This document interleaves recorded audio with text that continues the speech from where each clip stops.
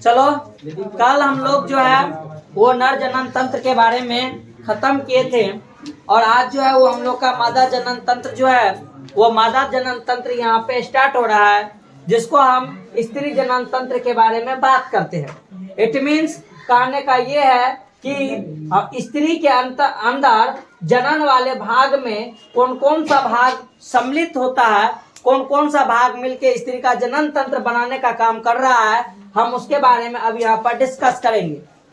जब हम पुरुष के बारे में पढ़े थे तो उसके अंदर ये देखे थे कि एगो जो प्रमुख जनन वाला भाग था, बाकी सहायक वाला भाग था, जो कि शुक्राणु को लेके और उस मूत्र मार्ग के द्वारा बाहर करने का काम कर रहा था। सेम इसी के तहत इस जब स्त्री जनन वाले भाग के अंदर पढ़ेंगे तो इस स्त्री जनन वाले भाग के अंदर भी एक जो होगा वो क्या कहलाएगा, प्रमुख के नाम से जाना जाएगा, और बाकी जो होगा वो क्या कहलाएगा, सहायक होगा।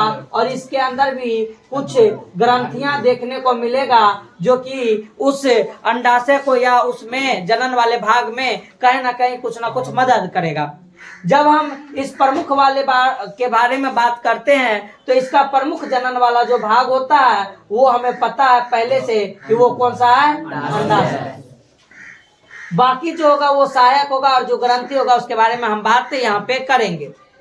चलो जब हम शुरू करते हैं हम इसको, तो कहते हैं कि स्त्री जनन तंत्र के अंतर्गत सबसे पहले कि एक जोड़ा कौन सी आता है, एक जोड़ा कौन सी आ रहा है इसके अंदर, अंडाशय। और एक जोड़ा ही इसके अंदर क्या होता है, अंडवाहिनी। कौन सी होता है, ये जो है ये अंडवाहिनी है, ये क्या है, और ये जो है ये क्या है तुम्हारा अंडाशय है। क्या है ये, अंडाशय।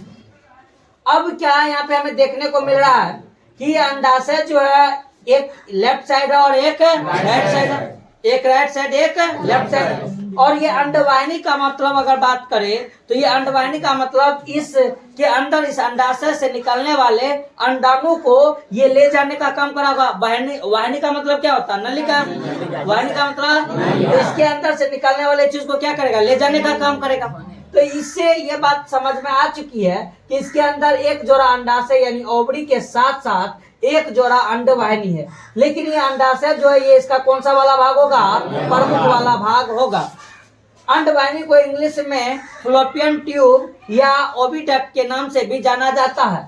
फिर बताया क्या गया है कि एगो उसके अंदर गर्भाशय रहता है और ये वाला जो भाग हमें दिखाई दे रहा है ये वाला भाग क्या कहलाता है, गर्भाशय के नाम से जाना जा रहा है, जिसको इंग्लिश में हम यूट्रस कहते हैं। एक गर्भाशय गिरिवा होता है, यानी आगे वाला जब गर्भाशय ये खत्म होता है तो ये वाला जो भाग कहलाया ये गर्भाशय गिरिवा कहलाया। इंग्लिश में बोले तो ये सर्विक्स कहलाता है। तथा सबसे आगे वाला पोर्शन जो होता है हम उसको योनि के नाम से जानते हैं, वो भी एक होता है। इंग्लिश में बोले तो हम इसे वैजाना के नाम से जानते हैं। और इस वैजाना के बाहर वाला भाग को बाह्य जनन इंद्रिया के नाम से जाना जाता है, एक्सटर्नल जेनेटियल के नाम से जाना जाता है, जो कि चित्र 3.3 के अंदर देखने का काम करता है। ये एक्सटर्नल जेनेटिलिया जो वाली जो भाग होती है वो उस योनि को सुरक्षित रखने के साथ साथ बताया जाता है कि वहां पर कुछ और भी चीज प्रदान करने का काम करेगा। तो बताया क्या गया है कि जब इसके अंदर बात करते हैं तो एक जो है अंडाशय, वो अंडाशय जो है वो प्रमुख है, बाकी हमें जो चीज इसके अंदर दिखाई देगा वो सारा का सारा हमारा क्या कहलाएगा, सहायक कहलाएगा। क्या कहलाएगा, हालांकि सहायक के अंतर्गत एक और चीज हमें देखने को मिलती है, ये भी बाह्य जनन इंद्रिया के नाम से एक्सटर्नल जेनेटियल के नाम से जाना जाता है।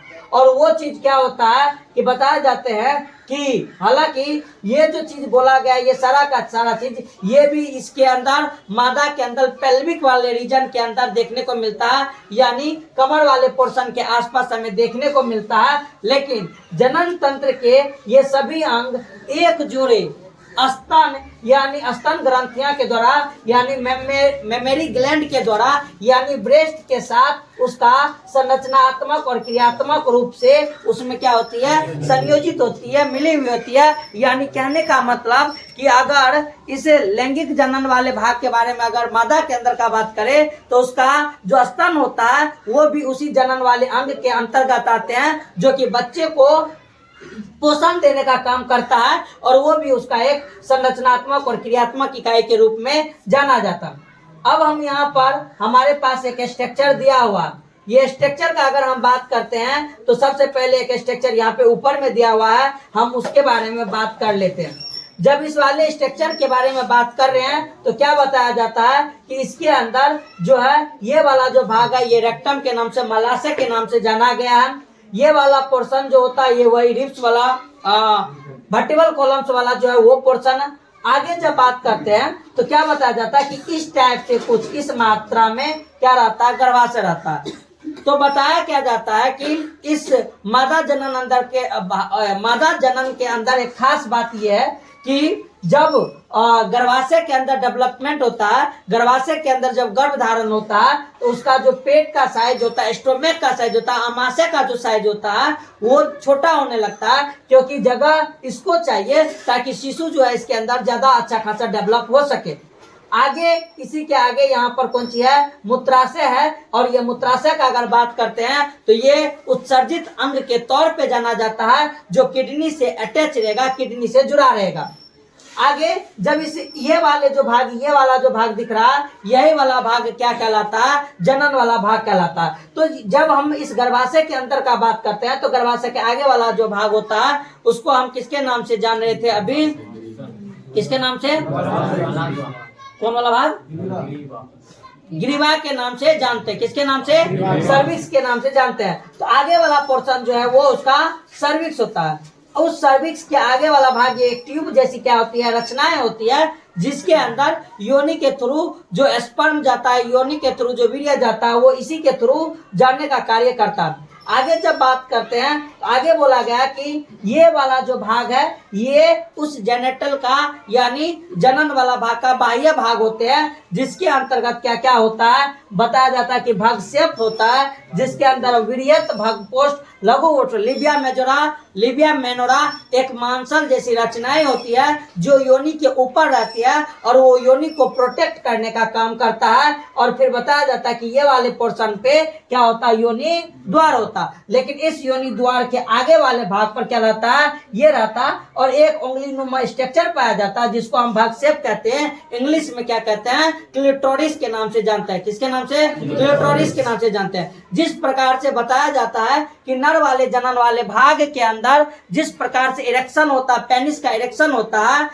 शिशन का इरेक्शन होता है, सेम उसी प्रकार से ये भी बताया जाता है कि मादा के योनि में इरेक्टाइल टिश्यू की तरह काम करता है। ये एक इरेक्टाइल टिश्यू होती है जिसके अंदर जब बताया जाता है कि संभोग का टाइम आता है तो इसके अंदर खिंचाव आता है, इसके अंदर इरेक्शन देखने को हमें मिलता है। और इसी का एक और स्ट्रक्चर हमें जब यहाँ पे देखने को मिल रहा है तो इसके अंदर उसी का और साफ साफ क्लीन स्ट्रक्चर देखने को हमें मिला है। जब इस स्ट्रक्चर के बारे में बात करते हैं तो इस स्ट्रक्चर के अंदर बताया जाता है कि ये जो हमारा स्ट्रक्चर है ये हमारा कौन सी है, गर्भाशय है। और इसी गर्भाशय से जो अटैच होता है वो कौन सी अटैच होता है, अंडाशय, जिसको हम डिम्ब ग्रंथि के नाम से जानने का काम करते हैं। गर्भाशय के बारे में जब बात किया गया तो गर्भाशय का बताया जाता है कि दीवार जो होती है, अभी याद रखना है, वो 3 चीज से मिलकर बनता है, एक अंतःस्तर, एक पेशीय स्तर और एक परिगर्भाशय। इंग्लिश में बोले तो इसको एंडोमेट्रियम, पेरीमेट्रियम और मायोमेट्रियम के नाम से जाना जाता है। बताया जाता है कि जब इसके बारे में फलोपियन नलिका के बारे में बात करते हैं तो इस फलोपियन नलिका के अंदर 3 भाग होता है। फलोपियन नलिका के अंदर क्या भाग, 3 भाग होता है। एक जो होता है वो एक जो सबसे इधर वाला भाग होता है जो कि अंडाशय से जुड़ा हुआ है, तो वहां पर एक कीप जैसी रचनाएं देखने को मिलता है जिसको हम इन्फेंडिबुलम बोलते हैं। क्या बोलते हैं, ये वाली जो रचनाएं होती है इसको इन्फेंडिबुलम बोला गया। लेकिन ये उंगली नुमा जो रचना यहाँ पे तुमको देखने को मिल रहा है ये झिल्ली, इसको फिम्बरी बोला जाता है। क्या बोला जाता है, क्योंकि ये फिम्बरी ही इस अंडाशय से निकलने वाले अंडाणु को वहां पर कैप्चर करने का काम करता है। तो इसलिए कि ये कीप जैसी रचना है ताकि इस अंडाणु को निकले तो वहां पे उसको कलेक्ट करे, उसको सही से इस फ्लोपियन नलिका में ले जाने का काम करे। तो ये कीप वाली और कीप वाली इन्फेंडिबुलम के ऊपर में होता है एम्पुला। क्या बोलता है? जिसको हिंदी में हम तुम बिका के नाम से जानते हैं। और आगे वाला जो पथ होता है नली जैसी रचना, उसको क्या बोला गया है? संकीर्ण पथ स्थमस के नाम से जानने का काम किया गया है। किसके नाम से जानने का काम किया गया? स्थमस से जानने का काम किया गया। जब इस गर्भाशय के बारे में बात करते हैं तो इस गर्भाशय के अंदर ये वाला भाग जो फुला होता है, इसको हम फंडस के नाम से जोड़ने का काम करते हैं। और यही फंडस वाले भाग से बताया जाता है कि कभी कभी प्लेसेंटा का, कभी कभी नहीं, प्लेसेंटा का क्या होता है? निर्माण होता है। किसका निर्माण? प्लेसेंटा। और आगे ये गर्भाशय ग्रीवा नाल और ये योनि हमें दिखाई देता है। और योनि के ऊपर में इस जगह पर जो होता है वो प्रोटेक्शन देखने को मिलता है, जो लिबिया मेजोरा, लिबिया मेनोरा के नाम से जानने का काम करते हैं। जब इस स्ट्रक्चर के बारे में अब हम इस एनसीईआरटी से पढ़ने का काम करते हैं तो देखो क्या लिखा हुआ है कि इस स्ट्रक्चर के द्वारा जब इसके अंदर ये सारा चीज मौजूद रहता है तो इसके अंदर क्या बोला गया है? इसी के थ्रू लिखा हुआ है कि जिसके फलस्वरूप उस अंडाशय के अंदर से अंडोत्सर्ग की क्रियाएं होती है। कौन सी क्रियाएं? अंडोत्सर्ग की क्रियाएं का मतलब उस ओवरी से अंडाणु का निर्माण होता है और अंडाणु को निकलने की क्रिया जो होती है हम उसको ओव्यूलेशन के नाम से जानते हैं। उस ओव्यूलेशन के बाद इसके अंतर्गत और क्या क्या आता है? तो निषेचन आता है, जिसको हम फर्टिलाइजेशन के नाम से जानते हैं। किसके नाम से जानते हैं? फर्टिलाइजेशन के नाम से जानते हैं। और फर्टिलाइजेशन के बाद जो इसके अंदर हमें देखने को मिलती है वो होता है सगर्भता, जिसको हम किसके नाम से? प्रेगनेंसी के नाम से जानते हैं। किसके नाम से?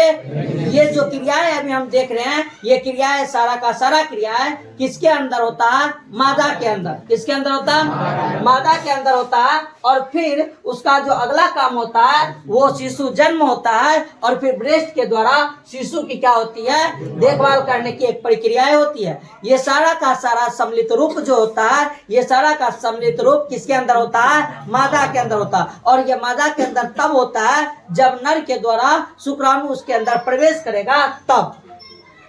अब कहानी जो स्टार्ट हो रही है वो ये है कि इस अंडाशय इस स्त्री के प्राथमिक लैंगिक अंग के तौर पे जाना जाता है, जो स्त्री युग्मक अंडाणु या ओवम का निर्माण करने का काम करता है। इट मीन्स कि ये अंडाणु या ओवम का बात करें तो ये कहाँ से रिलीज होता है? अंडाशय से। और अंडाशय जो है वो प्राथमिक लैंगिक अंग के तौर पे जाना जाता है। और कई इसके अंदर जिस प्रकार से हम तुमको बताए थे कि वृषण के अंतर्गत, किसके अंतर्गत? एक वृषण के अंदर शुक्राणु बनने का जो कार्य होता है वो तो होता ही है। और वृषण जो है एक ग्रंथि के तरह भी कार्य करता है, जिसके अंदर से कौन सा हार्मोन रिलीज होता था? एंड्रोजन रिलीज हार्मोन होता है, एंड्रोजन हार्मोन रिलीज होता है। सेम उसी प्रकार से इस मादा के ओवरी के अंदर से अंडाणु तो रिलीज होता ही है, लेकिन उस अंडाणु के साथ साथ कुछ ना कुछ एस्ट्रॉयड हार्मोन, कुछ ना कुछ कौन हार्मोन? एस्ट्रॉयड हार्मोन का मतलब होता है वसा, जिसके अंदर घुलित अवस्था में रहता है वसाए वाले हार्मोन होते हैं, जिसे अंडाशय हार्मोन के नाम से जानते हैं। ये उत्पन्न होता है जब इसका पोजीशन के बारे में बात करते हैं कि मादा के शरीर में ये कहाँ पे रहता है, तो कहते हैं कि आगे में तो अमाशय रहता है, तो ये ओवरी जो होता है वो पीछे के साइड में किडनी के अगल वाले भाग में पेरिटोनियम के झिल्ली के द्वारा वहां पर यह मौजूद होता है। एक पेरिटोनियम गुहा होता है। पेरिटोनियम गुहा का क्या मतलब हुआ? जैसे हमारा अमाशय, कौन सी? अमाशय, वो भी गुहा की तरह है।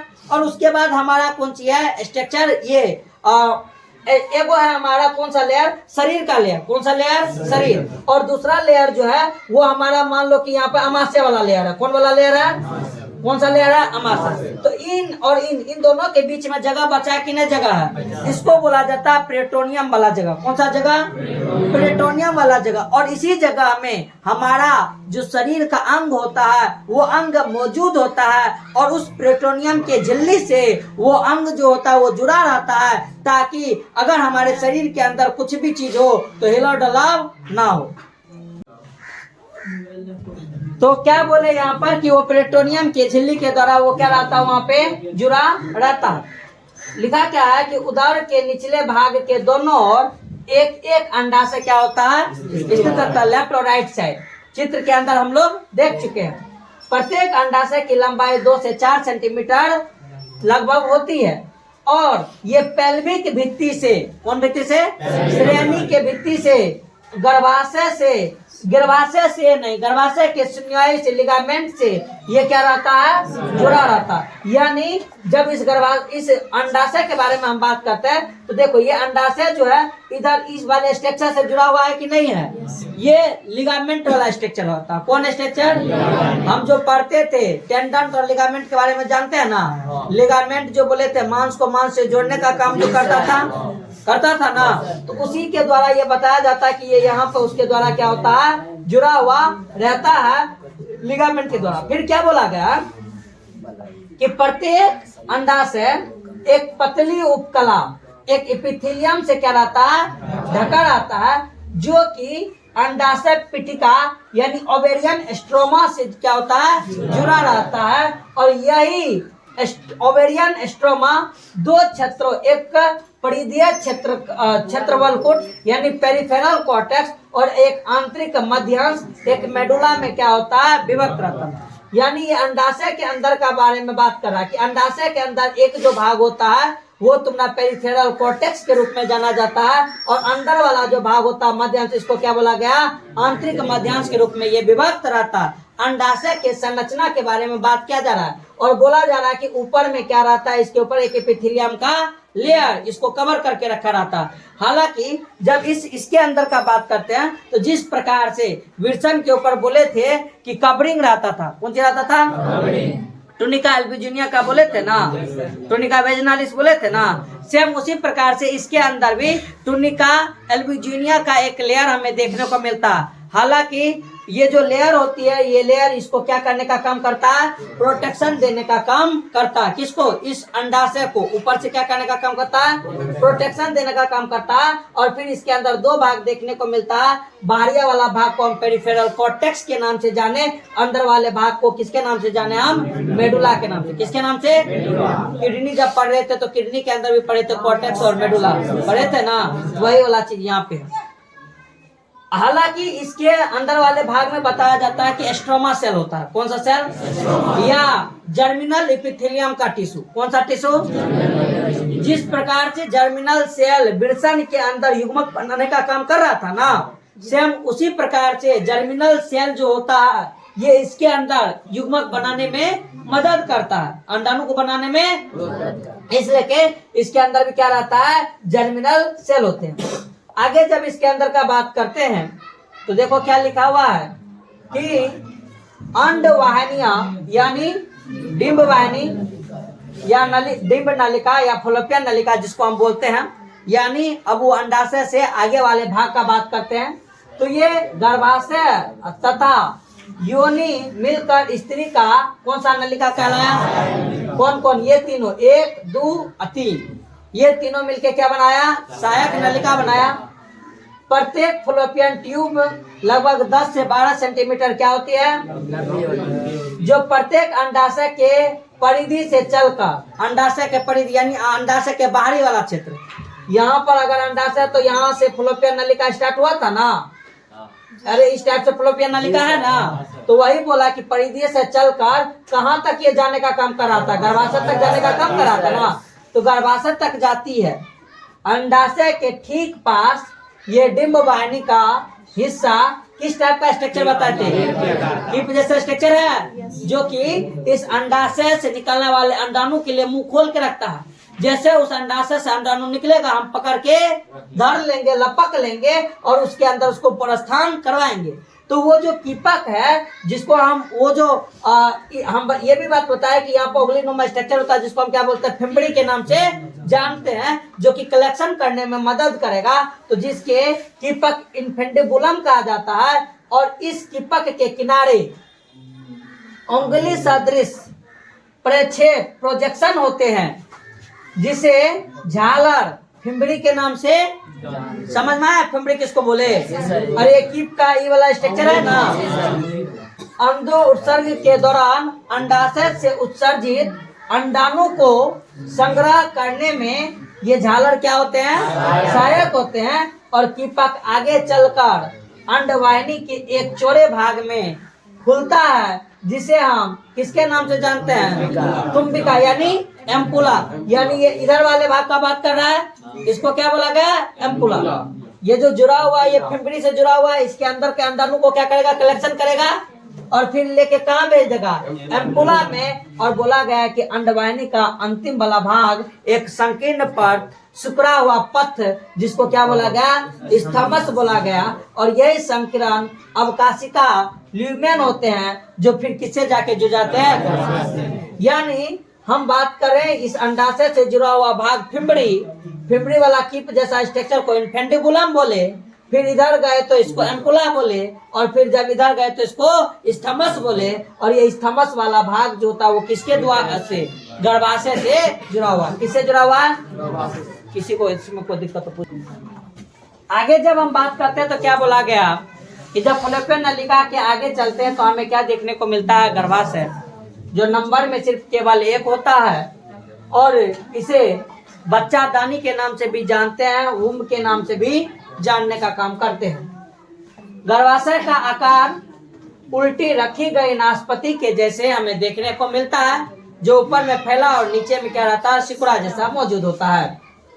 ये पेल्विक भित्ति से लिगामेंट के द्वारा ये भी चीज क्या होता है? जुड़ा होता है।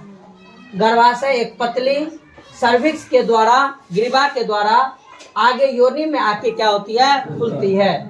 ग्रीवा की गुहा को ग्रीवा नाल, सर्वाइकल कैनाल के नाम से भी हम लोग जानते हैं। चित्र के अंदर हम अभी देखे थे, जो योनि के साथ मिलकर आगे जन्म नाल यानी बच्चे को जन्म देने की रास्ता भी प्रशस्त करने का काम इसी के थ्रू होता है। और बच्चा जो जन्म लेता है वो योनि के द्वारा ही लेता है, इसलिए क्या हम इसे बर्थ कैनाल के नाम से जानते हैं।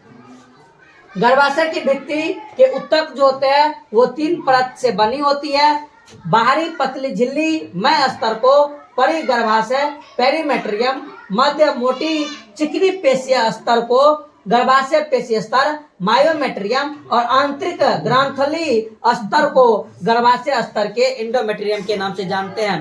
अब तीनों को इसका जो मांसल जैसी रचनाएं को 3 अलग अलग स्ट्रक्चर के रूप में हमें देखने को मिलता है। पहला झिल्ली के जैसा एक कवरिंग दिया बीच में, लेकिन ये बोल दिया कि ये चिकनी पेशीय स्तर होती है। ये चिकनी पेशीय स्तर का खास काम होता है जब गर्भाशय से बच्चा पूर्ण विकसित हो जाता है तो उसके डिलीवरी के टाइम में यानी शिशु जन्म के टाइम में ये गर्भाशय के इस बीच वाले मायोमेट्रियम के अंदर ही संकुचन होता है, और उसी संकुचन के वजह से बताया जाता है कि बच्चा बेहतर ढंग से, शिशु बेहतर ढंग से जन्म लेने का काम कर सकता है। अगर उस गर्भाशय के उस समय में उस गर्भाशय के ये बीच वाले स्तर जो होते हैं मायोमेट्रियम के अंदर संकुचन बेहतर ढंग से नहीं हुआ तो बच्चे के जन्म में कहीं ना कहीं प्रॉब्लम हो सकती है। लेकिन उसके अंदर वाले के बारे में बताया गया कि वो क्या होती है, एक आंतरिक ग्रंथिल स्तर होते हैं, यानी ग्रंथि टाइप से होते हैं, यानी उसके अंदर से कुछ केमिकल का सिक्रेशन होता है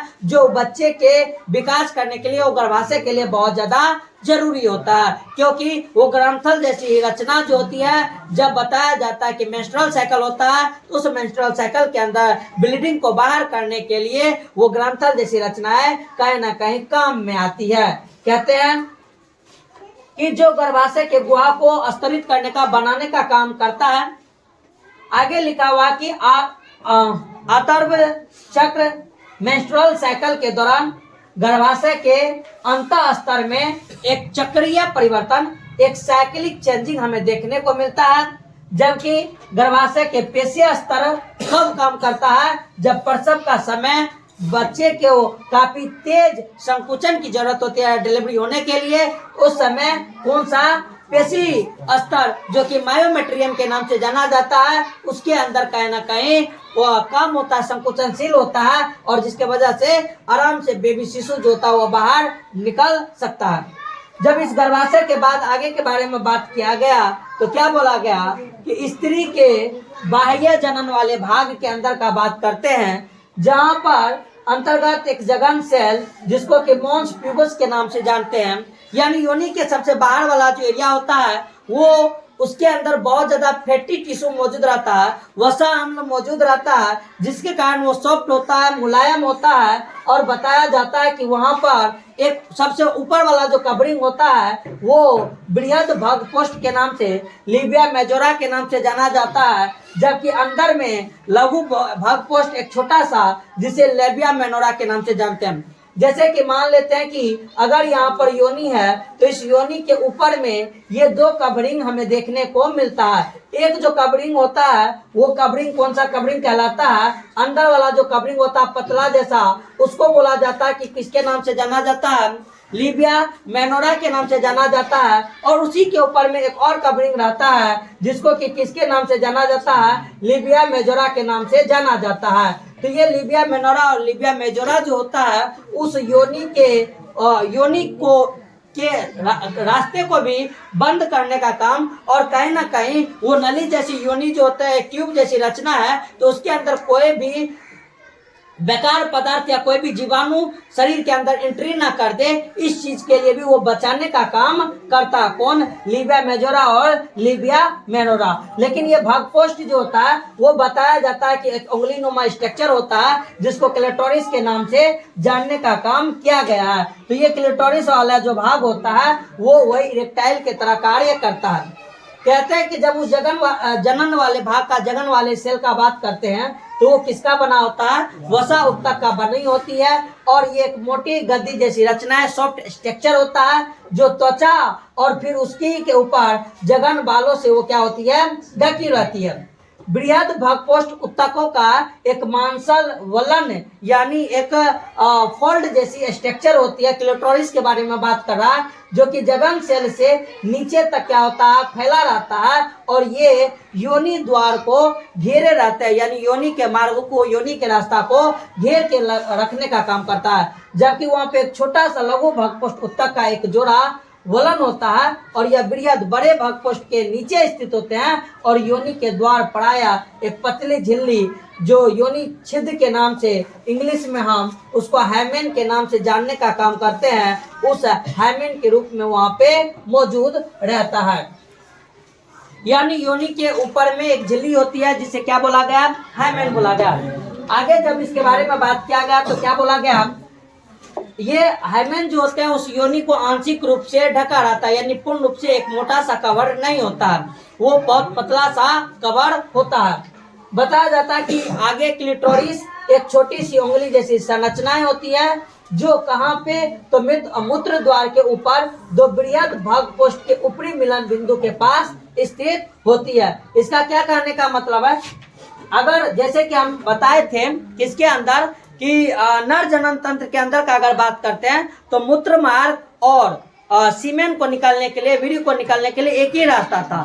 जबकि अगर हम मादा के अंदर का बात करते हैं तो बताया जाता है कि उसके अंदर मूत्र मार्ग जो होता है वो अलग हमें देखने को मिलता है और योनि छिद्र जो होता है वो अलग देखने को मिलता है। इसी के ऊपर में फोल्डेड जैसी जो रचनाएं होती है वो लिबिया मेजोरा और लिबिया मेनोरा के नाम से जानता है। ये जहाँ पे खत्म होता है उसी बिंदु पे बताया जाता है कि ये क्लिटोरिस जो होती है वो देखने को मिलती है।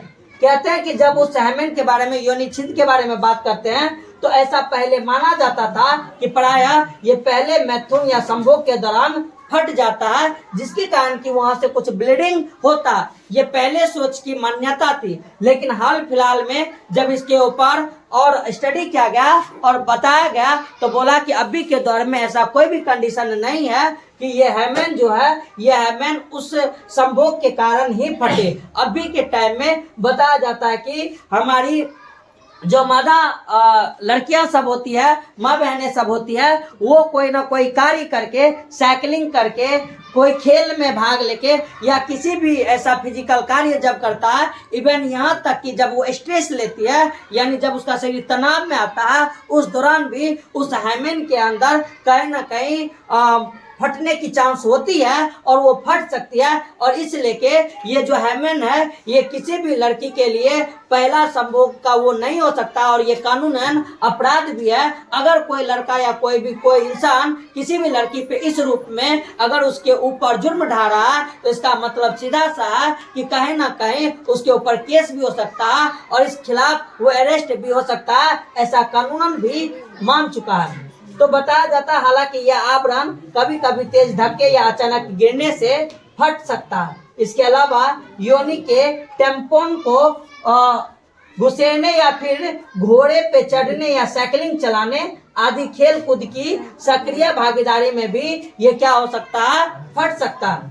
कुछ औरतों का योनि छिद्र संभोग के बाद भी बना रहता है, यानी वो डिपेंड करता है उस हैमन के ऊपर। और बताया जाता है कि वो हैमन जो होता है रियलिटी में वो तब तक भी अगर कोई संभोग हो भी जाए तो उस दौरान भी बताया जाता है कि वो नहीं फटता है। और बताया गया कि इसलिए योनि छिद्र के होने अथवा न होने की बात किसी स्त्री के कोमर्य यानी वर्जिनिटी का टेस्टिंग नहीं कर सकता है, वर्जिनिटी के बारे में नहीं बता सकता है और यह यौन अनुभवों का वास्तविक सूचक नहीं माना जा सकता है। लेकिन पहले के समय में ऐसा कथन जरूर था कि वर्जिनिटी टेस्ट किया जाता था कि शादी से पहले लड़की जो है कहीं संभोग किया है कि नहीं किया हुआ है, उसके लिए वर्जिनिटी टेस्ट होता था या ऐसा अपना किसी का अपना अनुमान था। लेकिन अभी के दौर में ऐसा कोई भी अनुमान सही नहीं है, सारा कहीं ना कहीं गलत हो चुका है कानूनी तौर पे। आगे जब इसके अंदर का बात करते हैं तो आगे लिखा हुआ है कि कार्यशील स्तन ग्रंथि सभी मादा स्तनधारियों का एक अभिलक्षण है। स्तन ग्रंथियां यानी स्तन एक जोड़ा में पाया जाता है जिनमें कुछ ग्रंथली उत्तक होते हैं, ग्रंथी होते हैं जिसके द्वारा कुछ रासायनिक चीज कुछ चीज बाहर आती है और वो विभिन्न मात्रा में, हालांकि ये वसा का एक भाग होता है, वसा का जमाव होता है। प्रत्येक स्तन के अंदर बताया जाता है कि उत्तक के तौर पे 15 से 20 स्तन पलियां होती है जिसको मेमोरी लॉब्स के नाम से जाना जाता है। जैसे हम पहले इसके स्ट्रक्चर के अंदर बात करते हैं तो देखो बताया जाते हैं कि ये रिब्स के ऊपर एक स्ट्रक्चर होता है। स्तन जो होता है एक युग्मन लड़का के अंदर भी होता है, लड़की के अंदर भी होता है, लेकिन लड़का के अंदर जो स्तन मौजूद है वो फंक्शनल नहीं है, वो कार्य नहीं कर सकता है। लेकिन जब अगर लड़की के अंदर का बात करते हैं, मादा के अंदर का बात करते हैं तो ये फंक्शनल होते हैं। ये इसलिए फंक्शनल होते हैं क्योंकि एक माँ जो होती है अपने बच्चे को जन्म देता है तो उस बच्चे का स्तनपान करवाया जाता है कि जो बच्चे का पोषण के तौर पे जाना जाता है। इसलिए के उसके अंदर ये कार्यशील होते हैं। और क्या बोला गया कि जब इसके अंदर का बात करते हैं तो ये रिब्स के ऊपर, किसके ऊपर, रिब्स के ऊपर, उसी के द्वारा ये उस रिब्स पसली के द्वारा ये क्या होते हैं, अटैच होते हैं। एक वसा का उत्तक के द्वारा ये जो होते हैं वहां पर मौजूद होते हैं। उसी के अंदर कुछ ग्रंथियां होती है जिस ग्रंथियां को हम किसके नाम से जानते हैं, कुपिका के नाम से या स्तनपाली के नाम से, लॉब्स के नाम से जानते हैं। यह स्तन कुपिका बाद में जाके एक जगह बनाती है जिसको बोला जाता है स्तन नलिका एम्पुला। एम्पुला का मतलब होता है एक फुला हुआ जगह होता है जहां पर उस ग्रंथि के अंदर बनने वाला दुग्ध का लैक्टेस जो मिल्क का फॉर्मेशन होता है, उस मिल्क के फॉर्मेशन के बाद वो उसी जगह पर स्टोरेज रहता है और जब शिशु को जरूरत होता है तो उस समय उस शिशु को उपयोग में लाया जाता है। और आगे वाला जब नली होता है उसको क्या बोला जाता है, दुग्ध वाहिनी के नाम से जाना जाता है। और जो फुला हुआ जगह होता है उसको तब मुका बोला गया। हालांकि इसके अंदर जो टिश्यू होता है उत्तक जो होता है वसा वाला उत्तक, उस उत्तक का नाम होता है एरियोलर उत्तक। कौन, एरियोलर उत्तक के तौर पे उसको जाना जाता है। और सबसे आगे वाला भाग जो होता है जहां से बेबी मिल्क का सकिंग कर सकता है, उस मिल्क के सकिंग वाले भाग को हम निपल्स के नाम से जानने का काम करते हैं। और इसे के अंदर बताया जाता है माँ की सबसे बड़ी खासियत ये होती है, और माँ का प्यार ऐसा भी होता है कि अगर बताया जाता है कि जब माँ एक बच्चे को जन्म देती है तो स्तन के अंदर भी कॉन्ट्रेक्टाइल मसल्स होता है। कौन सा मसल्स, कर्मकुंचन करता है। और इसके अंदर संकुचनशील होने के कारण ही उसके अंदर से क्या बताया जाता है कि दुग्ध का स्राव होता है। ऐसा भी बताया जाता है कि कभी कभार अगर एक बच्चे को छोड़कर एक माँ कहीं चल भी जाता है और माँ के अंदर ऐसा प्रतीत हो कि मेरा बच्चा दूध के लिए रो रहा है, तो कभी कभी बताया जाता है कि खुद उसके मसल्स के अंदर संकुचन होता है और फिर स्तन से जो होता है दूध का सिक्रेशन हो जाता है। इस क्रिया को मैटरनल लव के नाम से जाना जाता है। एक इमोशंस होता है माँ और बच्चे के बीच में, जिसको मातृक प्यार के नाम से जाना जाता है, और उस कंडीशन में ऐसा देखने को भी मिलता है। तो यही चीज यहाँ पर हमें देखने को मिलता है कि जब बताया गया कि जब इसके अंदर का बात करते हैं तो ये 15 से 20 स्तनपालियों के अंदर क्या हुआ है, बना हुआ है, मेमोरी लब्स के अंदर बना हुआ है, उसमें विभक्त रहते हैं। और इसी में कोशिकाओं के गुच्छ होते हैं, जिन्हें हम किसके नाम से जानते हैं, कुपिका के नाम से। जिसे फेफड़ा के अंदर कुपिका एल्वेओली पढ़े थे ना, सेम स्तन के अंदर भी बताया जाता है कि कुपिकाएं होती है। और इसी कुपिकाओं के कोशिकाओं से किसका स्राव होता है, इस दुग्ध का स्राव होता है। और दुग्ध का स्राव जो कुपिकाओं की गुहाओं से अब कोशिकाओं में एकत्र होते हैं, मौजूद होते हैं, तो कुपिकाएं स्तन नलिकाओं में खुलती है। प्रत्येक पालिया की नलिकाएं मिलकर स्तन वाहिनी मेमोरी डक्ट्स का निर्माण करता है। कई स्तन वाहिनियां मिलकर एक बृहद स्तन तंबुका एम्पुला का निर्माण करता है, और वही के अंदर दुग्ध वाहिनी लैक्टिफेरस डक्ट के नाम से उसे जाना जाता है, और फिर जिसे दूध स्तन से बाहर निकलने का काम करता है। इस प्रकार से अभी जो हम पढ़े वो मादा के जनन वाले भाग के अंतर्गत हम लोग पढ़े हैं। मादा के जनन वाले भाग के जो स्ट्रक्चर है, संरचना है, उसके बारे में हम लोग पढ़े हैं। रोकी ना, देखो ये तो एनसीईआरटी का था, इसके अलावा कुछ और चीज है। इसके अंदर भी बताया जाता है कि जब हम योनि के बारे में पढ़ रहे थे तो उसी जगह पर एक ग्रंथि पाया जाता है, जिस ग्रंथि का नाम होता है, इसके अंदर भी बार्थोलिन्स ग्लैंड। कौन सा ग्लैंड? जिस प्रकार से नर के अंदर का बात कर रहे थे, उसके अंदर जो बार्थोलिन्स ग्लैंड जो था, वो बार्थोलिन्स ग्लैंड जो था एक क्षारीय टाइप का द्रव निकाल रहा था, जो कि सीमेन को आने के लिए एक रास्ता प्रशस्त कर रहा था, ताकि जो सीमेन निकले तो वो नष्ट ना हो अम्लीय क्षेत्र में आने के कारण। सेम वही चीज यहाँ पर भी है। बताया जाता है कि हम अभी बताए थे कि इसके अंदर अगर बात करें तो दो भाग होता है, एक जो होता है वो मूत्र मार्ग होता है और एक जो होता है योनि होता है। लेकिन बताया जाता है कि इसका प्रकोप जो होता है वो कहीं ना कहीं योनि के ऊपर जब आ जाए तो योनि के एरिया जो होता है वो योनि का एरिया भी कैसा हो जाएगा, अम्लीय क्षेत्र हो जाएगा। इस कंडीशन से बताया जाता है कि इसके आसपास, इसी भित्ति के आसपास एक बार्थोलिन्स ग्लैंड्स पाया जाता है। वो बार्थोलिन्स ग्लैंड्स का काम क्या है कि उसके अंदर भी वो क्षारीय द्रव निकलता है, और वो क्षारीय द्रव जो होता है वो क्षारीय द्रव इस पूरे भाग के अम्लीयता को नष्ट करता है, ताकि वहां पर जब सीमेन जाए तो सीमेन जाने के बाद वो सीमेन क्या हो, नष्ट ना हो। तो इसलिए के योनि के पास ही एक बार्थोलिन्स ग्लैंड्स पाया जाता है। ये एक्स्ट्रा चीज है। एक एक्स्ट्रा चीज यहाँ पर ये है, आगे वाला बात पे, हाँ, एक एक्स्ट्रा चीज ये है कि फ्लोपियन नलिका के अंदर जो है, फ्लोपियन नलिका के अंदर सीलिया जैसी रचनाएं हमें देखने को मिलती है।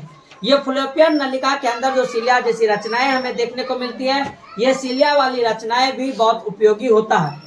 ये सीलिया वाला रचनाएं क्या करने का काम करता है कि जब इसके अंदर से निकलने वाला अंडाणु जब इस फिमड़ी के संपर्क में आता है तो ये इसके अपोजिट डायरेक्शन में जा रहा कि नहीं जा रहा, ये ऊपर की दिशा में जा रहा। तो इस अंडाणु को जाने के लिए सीलिया जो होता है वो ऊपर की डायरेक्शन में ले जाने में उसको क्या करवाता है, मदद करवाने का काम करता है। इसलिए के बताया जाता है कि इसके ऊपर में सीलिया का क्या रहता है, परत रहता है, जो कि अंडाणु को ऊपर रास्ते में ले जाने में एक मार्ग प्रशस्त करने का काम करता है। तो ये चीज है। वीडियो बंद करो।